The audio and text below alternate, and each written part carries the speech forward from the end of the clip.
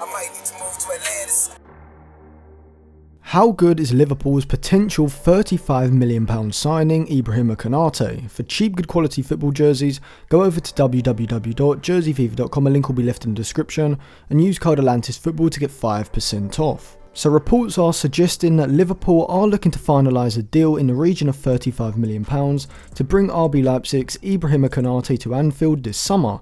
Konate is 21, 22 in May, and will have just 2 years left on his current contract, going into the summer with it expiring in 2023. I will be doing a video series in the next few weeks looking at who Liverpool should sign in this summer's transfer window. I already have episodes running for Manchester United and Chelsea, which will be linked in the description, and I will be releasing more of those episodes, so make sure you subscribe and click the bell for notifications so you get notified when those videos come out. So Konate is and has been for some time one of the hottest prospects in Europe, but there are a few concerns surrounding him. The major one is that he hasn't been able to sustain a long period of consistent playing time, with injuries halting him throughout the last few seasons. In the last 2 seasons alone, he's missed 45 games, though as Ralph Honigstein from The Athletic pointed out, he did suffer a major hip flexor muscle injury in 2019-20, which kept him out for 27 of those total 45 games. However, even if we factor out that one major injury, he still hasn't played a great amount of football in the past 2 seasons. This season he has played just 15 games, 6 in the Champions League and 9 in the Bundesliga. In 2019-20 he played just 11, with 8 coming in the Bundesliga, 2 in the Champions League and 1 in the DFB Pokal. This is concerning, as we have seen with players like Eric Bailly, Benjamin Mendy and Ousmane Dembele, that with these constant minor injuries builds up a period of time without a consistent run of playing football. These can result in a player playing well for 5 or 6 games and then getting injured for another 4 or 5, and over time this causes problems and really seems to stagnate a player's development. Because of this lack of game time, I really can't analyse him from a statistical point of view, with the sample being far too small to give an accurate representation.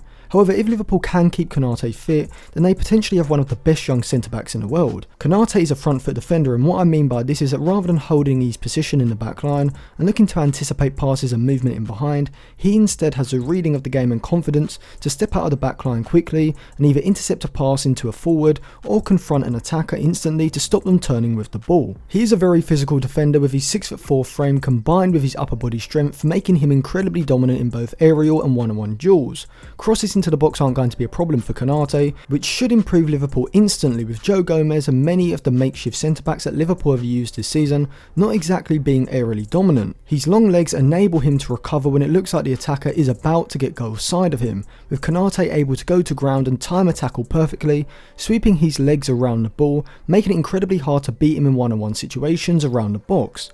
His pace and acceleration will definitely suit Liverpool's high line, and therefore will enable Klopp's side to push higher up the pitch, knowing that they can rely on Konate's recovery pace and slide tackling ability if a ball gets knocked over the top of them, which should have a knock-on effect by allowing Liverpool's press to be a lot more vertically compact and aggressive, something that has been a major drop-off for them this season compared to previous years. Konate reminds me a lot of a more cultured and modern version of Chris Smalling, having a similar physical stature, aerial ability and that same aggressive tackling ability when confronting attackers. However, Konate is a much better ball playing centre back than Chris Smalling ever was. His long passing and ability to play incisive forward passes into plays between the lines of the opposition system is fairly decent for such a tall and lanky defender, as here he's able to bypass the opposition's high press with a direct forward pass into the Leipzig attacking midfielder further up the pitch. Upamecano was always a better long passer of the 2 Leipzig centre-backs, however I did think Konate was significantly better at dribbling forward with the ball, using his pace and strength to glide past the opposition's first pressing line and open up the opposition's midfield. This can be incredibly valuable in breaking down sides, as Liverpool can use Konate's dribbling as a way of progressing the ball into the middle third or opposition's half, and from there this forces the opposition's midfield to move out to confront him and potentially open up spaces in behind them for Liverpool's front 3 to drop into.